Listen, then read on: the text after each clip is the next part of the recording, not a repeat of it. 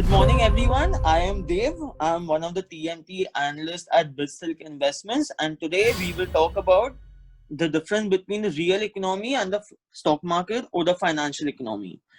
Keeping true to our goal of imparting knowledge to the younger generation, we as a company are introducing you to our educational series. The first video series will look into the difference between, as I mentioned, the real economy and the financial economy. The real economy has nothing to do with the stock market. Its focus is more on the macroeconomic factors such as GDP, unemployment, inflation, business confidence, and consumer confidence, to name a few. Today, we will introduce you to some of the most important economic indicators, starting with GDP, which is gross domestic product. So, what is exactly GDP? GDP is used to measure the size of the economy and its health. As stated before, it is the most important economic indicator for any country. Every country wants the value of its GDP to increase. A rising GDP value indicates that the country is expanding or growing. This basically means there are more jobs available for the people of the country. There's higher level of spending. There's higher output in terms of manufacturing and service sector. While a falling GDP value indicates that the economy is contracting. Similarly, leading to lower manufacturing output and service output, lower level of spending, and less jobs. Below, you can see the names of organizations that released GDP data for the respective countries. Some countries do release data on a quarterly basis as well as an annual basis. As you can see, all countries grew on an annual basis except for the UK, which fell from 2018 to 2019. There may be many factors which may lead to this decline. For example, Brexit was one of the main reasons which may have led to the decline of the GDP of the UK. On the right, you can see the different types of GDP data and the different methods of calculating them. Expenditure method is the most commonly used method for calculating a country's GDP. Moving on to the next economic indicator, which is CPI, that's Consumer Price Index. In simple words, it represents consumer inflation. In the US, more than 80,000 items constitute the basket of goods that help the organizations listed below measure consumer inflation. Now, moving on to a small example, assume that loaf of bread, say in the year 2010, was $1, and in 2020, it's $1.2. So, inflation is 20% if we take 2010 as the base year for calculating CPI. Every country has their own base year for calculations regarding CPI. For example, in the US, the base year is 1982 to 1984. In the UK, China, and EU, they use the year 2015, while India uses 2012. A rising CPI indicates the economy is growing as people are earning more money and are able to spend more money. However, inflation may even indicate an economic crisis or recession where people are unable to even purchase basic goods and services. A prime example, which a lot of you people may have heard of, is what happened in Venezuela, where inflation at its highest point reached 53,798,500%. This basically meant that a single loaf of bread was not, a person could not afford a single loaf of bread.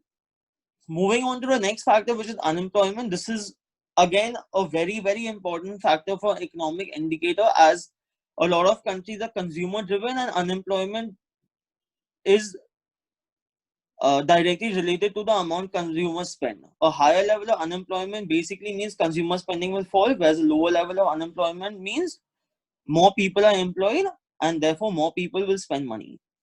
The basic definition, according to the US Bureau of Labor Statistics, defines that people who don't have a job, are actively looking for work in the past 4 weeks, and are currently available for work constitute the people who are under the category of unemployed.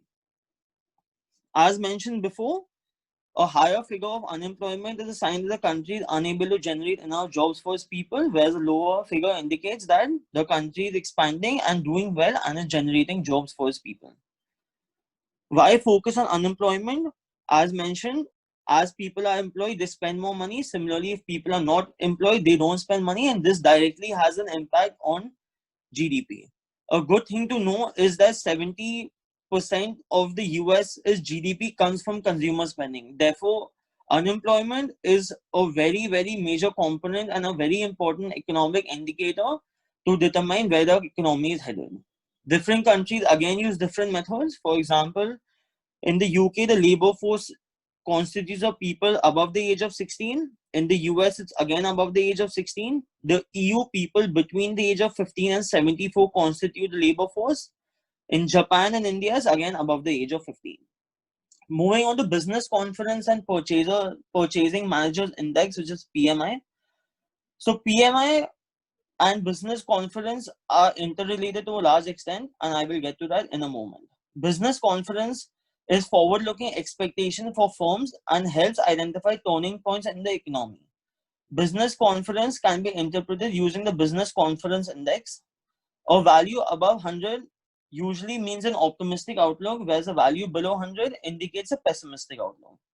Now moving on to PMI, which is Purchasing Managers Index. This basically covers the manufacturing and service sector. PMI value above 50 means the economy is expanding, whereas below 50 signifies the economy is contracting. Now moving on to the relationship, business confidence and PMI can be looked at each other in conjunction as they are closely linked to each other. A higher level of business confidence means employers are willing to employ more people, they want to spend more money on their businesses through investments, etc. A higher PMI indicates that a company has increased its output, they have higher level of new orders, that is domestic and export, they employ more people, they have lower input prices and higher selling prices. As business confidence rise, so does PMI. Similarly, as business confidence falls in the market, PMI falls.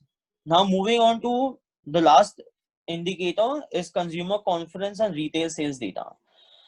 As consumers gain confidence in the economy, they spend more money as they feel they are more secured in their jobs and businesses. This could mean buying a car, taking a mortgage on a property, purchasing a phone, or even eating at a restaurant.